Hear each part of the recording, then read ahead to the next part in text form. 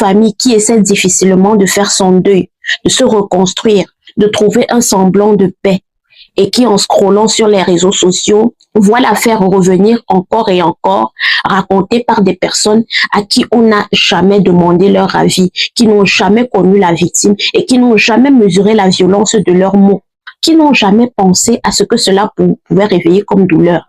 Et parfois, ce n'est pas seulement les créateurs de contenu qui posent problème, ce sont aussi les commentaires des abonnés.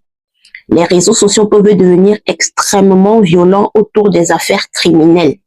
Les gens spéculent, ils accusent, ils inventent, ils remplissent des blancs avec leur imagination débordante. Ils traitent les proches comme des suspects, des personnages secondaires, des éléments du scénario.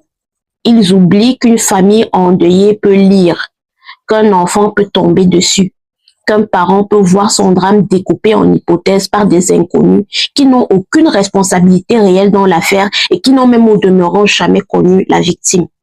Il y a une forme d'arrogance dans la manière dont certains spectateurs parlent des familles, comme si, parce qu'ils ont regardé 3 documentaires et 15 vidéos, ils comprenaient mieux l'affaire que ceux qui l'ont vécu dans leur chair, comme si l'émotion des proches était suspecte, comme si leur silence était une preuve, comme si leur manière de pleurer devait correspondre à ce que le public attend d'eux. Si vous êtes rendu à ce niveau-ci de la vidéo, j'aimerais m'interrompre brièvement pour vous rappeler de liker, de partager, de cliquer sur la cloche de notification pour être informé à chaque fois que je poste du nouveau contenu. Et moi, je vous dis à très bientôt pour une nouvelle vidéo. La suite, c'est par là, dans 2.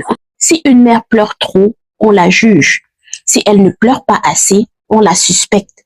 Si un proche parle, on dit qu'il cherche l'attention.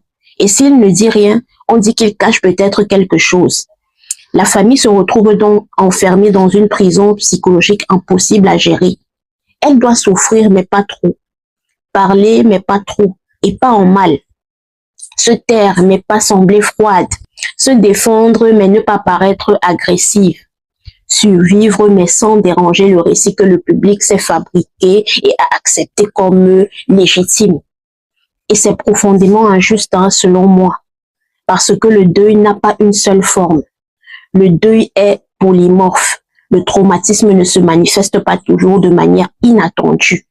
Certaines personnes pleurent en public, d'autres s'effondrent seules quand elles sont entre 4 murs. Certaines parlent beaucoup devant les caméras, d'autres perdent les mots. Certaines veulent médiatiser l'affaire pour obtenir justice, d'autres veulent préserver leur intimité. Certaines familles veulent que le nom de leurs proches continue de circuler pour qu'on ne l'oublie